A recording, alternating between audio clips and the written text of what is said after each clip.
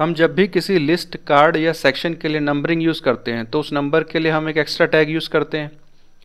यहाँ हमने span tag use किया है कार्ड सेक्शन में, जिसमें मल्टीपल ऑफ कार्ड्स हैं। अब अगर हम किसी कार्ड को रिमूव करते हैं तो नंबरिंग ऑटो अरेंज नहीं होता है, तो नंबर्स को अब हमें खुद अरेंज करना पड़ेगा। यहाँ तो नंबर ऑफ़ कार्ड्स कम है, अरेंज कर भी लेंगे, लेकिन नंबर ऑफ़ कार्ड्स अगर ज़्यादा हों तो कैसा हो अगर हम नंबरिंग को ऑटो अरेंज करवा सकें, वो भी सिर्फ CSS यूज़ करके। है ना अमेजिंग। चलिए फिर वीडियो को स्टार्ट करते हैं।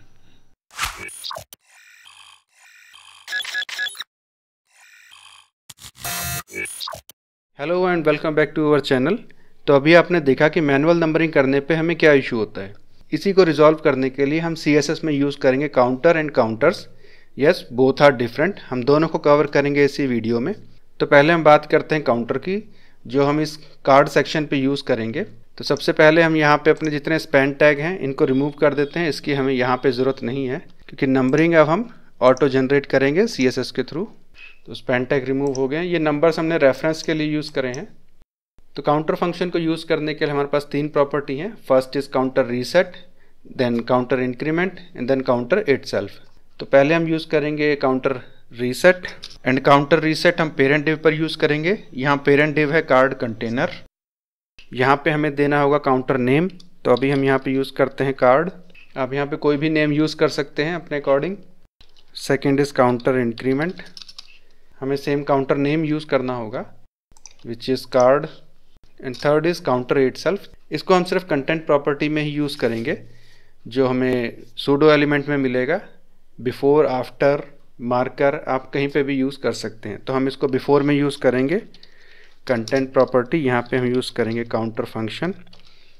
अब इसके अंदर हमें दो पैरामीटर्स पास करने होते हैं। पहला पैरामीटर है हमारा काउंटर नेम, ये हमारा counter name. Second is counter style, which is optional. तो अभी हम पहले इसी को सेव करते हैं। वाह भाई, क्या बात है, नंबरिंग सेट हो गई। है ना इजी, और कोई एक्स्ट्रा टैग भी यूज़ नहीं करना पड़ा।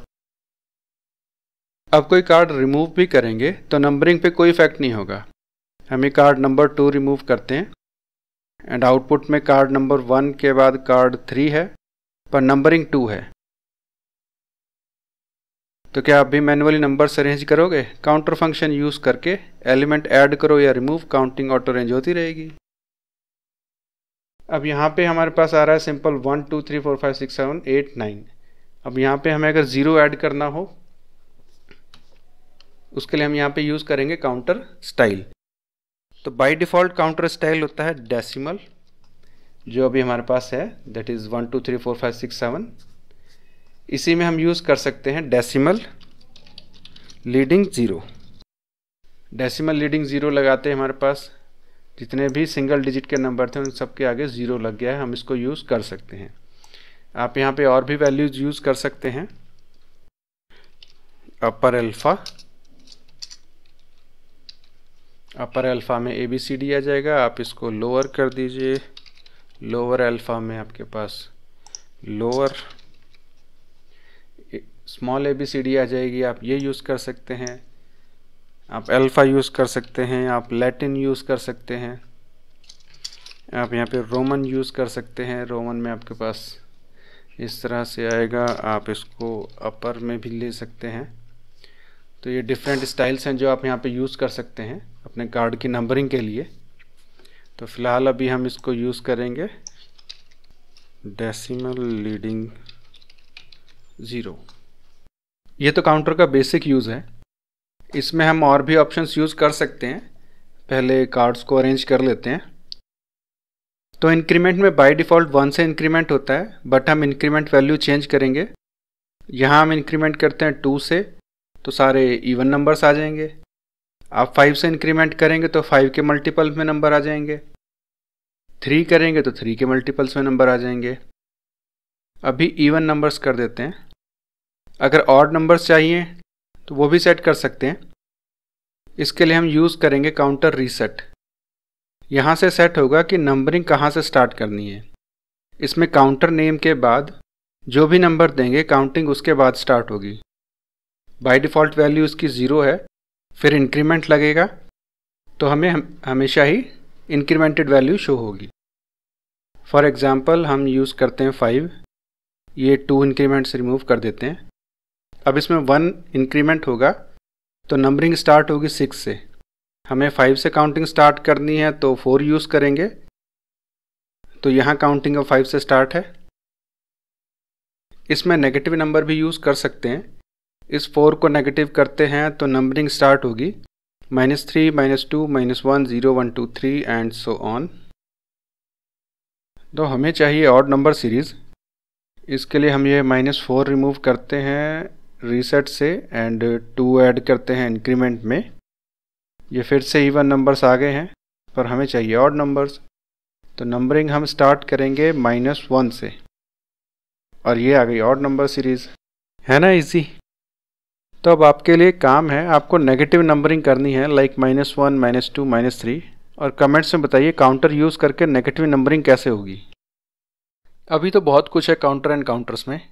अपने नेक्स्ट यूज़ केस पे पढ़ने से पहले वीडियो को लाइक एंड शेयर ज़रूर कर दीजिएगा एंड चैनल को सब्सक्राइब भी ज़रूर कीजिएगा। तो हम नेक्स्ट एग्जांपल यूज़ करेंगे हेडिंग्स में। इस एग्जांपल में हमने हेडिंग यूज़ की है h2 tag, then 2 p tags. Section में क्लास यूज़ की है सब हेडिंग। अब यहाँ h2 टैग पे पहले ही काउंटर अप्लाई कर लिया है, ये तो आप समझ ही गए होंगे। काउंटर नेम यूज़ किया है टॉप हेडिंग। अच्छा, कंटेंट में काउंटर के बाद में और पहले स्ट्रिंग यूज़ कर सकते हैं, तो हमने पहले हेडिंग टेक्स्ट ऐड किया है, then counter and then string में हमने एरो ऐड किया है। यहाँ तक तो सिंपल है। जो इंटरेस्टिंग है वो है p टैग नंबरिंग। तो यहाँ p टैग h2 को फॉलो कर रहा है, तो p टैग का काउंटर रीसेट हम h2 टैग में यूज़ करेंगे। ये इंटरेस्टिंग है, ध्यान रखिएगा। अब h2 टैग में यूज़ करेंगे काउंटर रीसेट, काउंटर नेम हम यूज़ करेंगे बॉटम हेडिंग। p टैग में counter increment that is bottom heading. p के बिफोर सूडो कंटेंट में यूज़ करेंगे काउंटर बॉटम हेडिंग। इसके साथ स्ट्रिंग में स्पेस ऐड कर देते हैं। आप कंटेंट में मल्टीपल काउंटर भी यूज़ कर सकते हैं, तो हम एक और काउंटर यूज़ करते हैं एंड काउंटर नेम होगा टॉप हेडिंग। इसके साथ भी स्ट्रिंग ऐड कर देते हैं डॉट एंड सेव। तो यहाँ पे हमारे पास आउटपुट में काउंटिंग होगी है 1.1, 1.2, 2.1, 2.2, 3.1, 3.2। एक और ऑप्शन हम यूज़ कर सकते हैं यहीं पे, बॉटम हेडिंग के साथ हम सेकंड पैरामीटर यूज़ करेंगे that is lower alpha and output में अब हमारे पास है 1.a, 1.b, 2.a, 2.b, 3.a and 3.b। अब आप p टैग ऐड करें या रिमूव, काउंटिंग ऑटो अरेंज होती रहेगी। फाइनली अब हम आ गए हैं अपने मोस्ट अवेटेड सेक्शन पे, जहां हम यूज़ करेंगे काउंटर्स का। चलिए काउंटर्स का नंबर तो आया। तो यहाँ पे हमने बेसिक लिस्ट यूज़ करी है जिसमें एक सब लिस्ट है एंड देन अगेन सब लिस्ट। तो आउटपुट में हमारे पास है लिस्ट आइटम 1, 2, 3, 3.1, 3.2, 3.2.1, 2.2, 2.3। तो यहाँ पे हम एक बेसिक काउंटर यूज़ कर चुके हैं। अब इतना तो आपको पता ही चल गया होगा। तो यहाँ पे हमने यूज़ किया counter reset list, counter name, counter increment again list and content में हमने यूज़ किया है काउंटर लिस्ट, जिससे हमारे पास यहाँ पे आ गया है 1, 2, 3, 1, 2, 1, 2, 3। यहाँ हमने बेसिक स्टाइल यूज़ करी है, आप अपने यूआई के अकॉर्डिंग स्टाइल यूज़ कर सकते हैं। तो पहले हम देखेंगे काउंटर एंड काउंटर्स के बीच में डिफरेंस क्या है। तो काउंटर्स आपके अपर लेवल के कंटेंट को भी इंक्लूड करता है। ओके, तो अब हम इसको एग्जाम्पल के थ्रू देखेंगे। तो बेसिक जब हम काउंटर यूज़ करते हैं तो हम काउंटर नेम देते हैं एंड देन हम सेकंड पैरामीटर यूज़ करते हैं काउंटर स्टाइल। तो यहाँ पे हम यूज़ करेंगे काउंटर्स। इसमें आपको counter reset and counter increment, इसमें आपको कोई चेंज नहीं करना है, ये आपका एज इट इज़ यूज़ होगा। यहाँ सिर्फ आपको काउंटर की जगह काउंटर्स यूज़ करना है। इसमें 3 पैरामीटर्स यूज़ करते हैं, काउंटर में हम 2 ही पैरामीटर यूज़ करते थे। तो इसमें पहला पैरामीटर हमारा काउंटर नेम जो है लिस्ट, सेकंड पैरामीटर हमारा स्ट्रिंग जो एज ए डिवाइडर का काम करेगा हमारे अपर एंड लोअर लेवल के कंटेंट के बीच में, and third is counter style जो अभी हम यहाँ पे डेसिमल ही यूज़ करेंगे जो बेसिक स्टाइल है। अब यहाँ पे आप देखिए जैसे हमने सेव किया हमारे पास आउटपुट में आ गया है 1 2 3 3 1 3 2 3 2 1 3 2 2 3 2 3।